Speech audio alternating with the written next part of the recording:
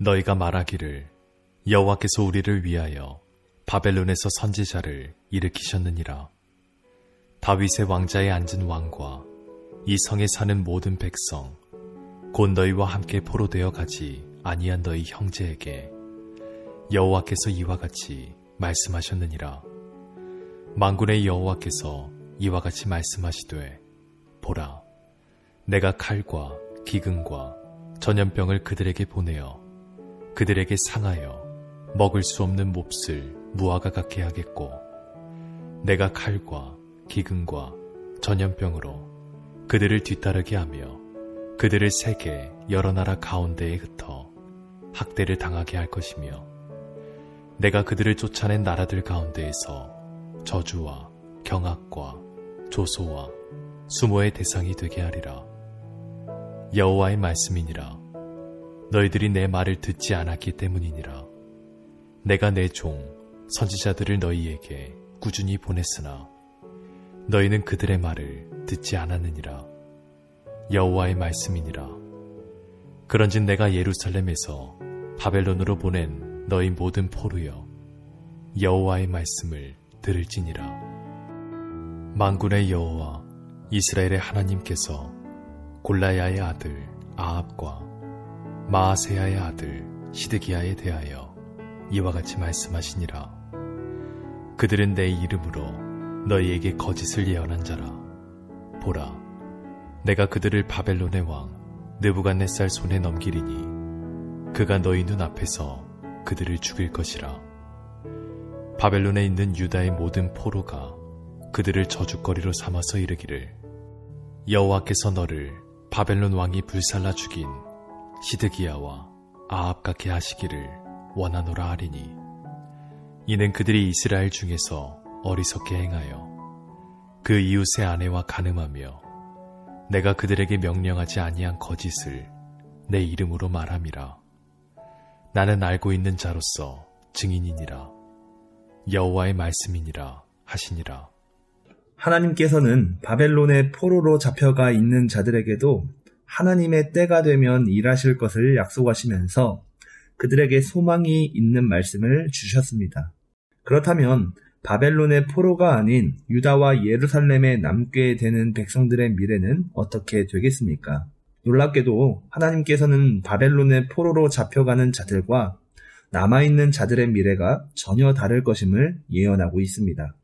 16절부터 보면 만군의 여호와께서 이와 같이 말씀하시되 보라, 내가 칼과 기근과 전염병을 그들에게 보내어 그들에게 상하여 먹을 수 없는 몹쓸 무화과 같게 하겠고, 내가 칼과 기근과 전염병으로 그들을 뒤따르게 하며 그들을 세계 여러 나라 가운데에 흩어 학대를 당하게 할 것이며, 내가 그들을 쫓아낸 나라들 가운데에서 저주와 경악과 조소와 수모의 대상이 되게 하리라.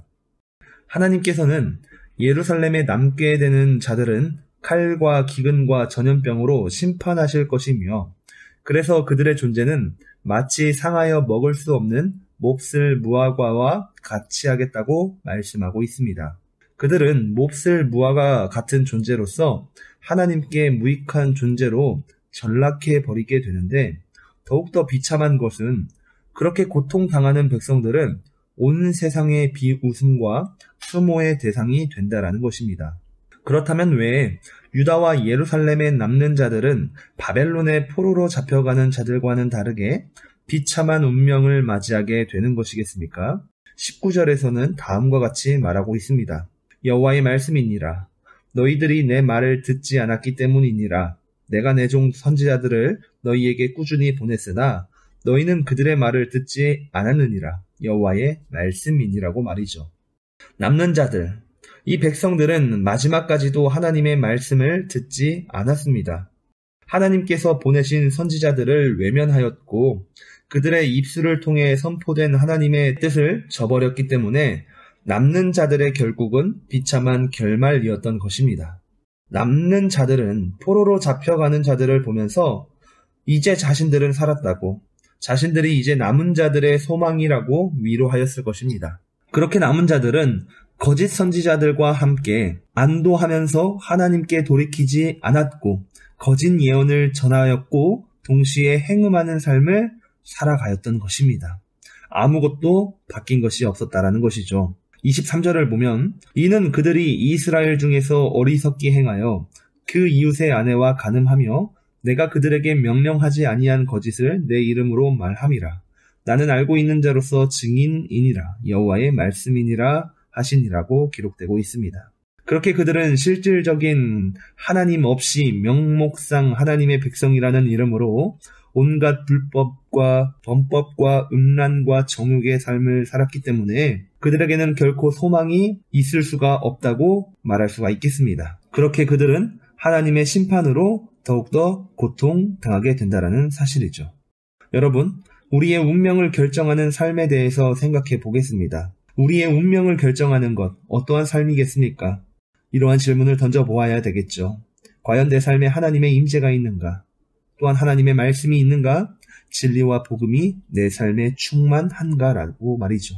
바로 이 질문에 대한 답에 따라서 우리의 운명이 결정될 것입니다. 만일 오늘 내 삶이 파괴되었고 내 삶 속에 주님의 흔적이 없다면 결국 내가 품고 있는 소망은 헛된 소망이라는 것을 깨닫기를 바랍니다. 우리의 운명은 내가 품은 소망으로 결정되는 것이 아니라 내 삶 가운데에 하나님을 체험하고 있는가, 그 말씀과 복음과 진리가 내 삶을 주관하고 있는가에 따라서 결정된다라는 것입니다. 따라서 오늘 우리가 회복해야 할 삶은 반드시 주님 안에 거하는 삶이 되어야 할 것입니다.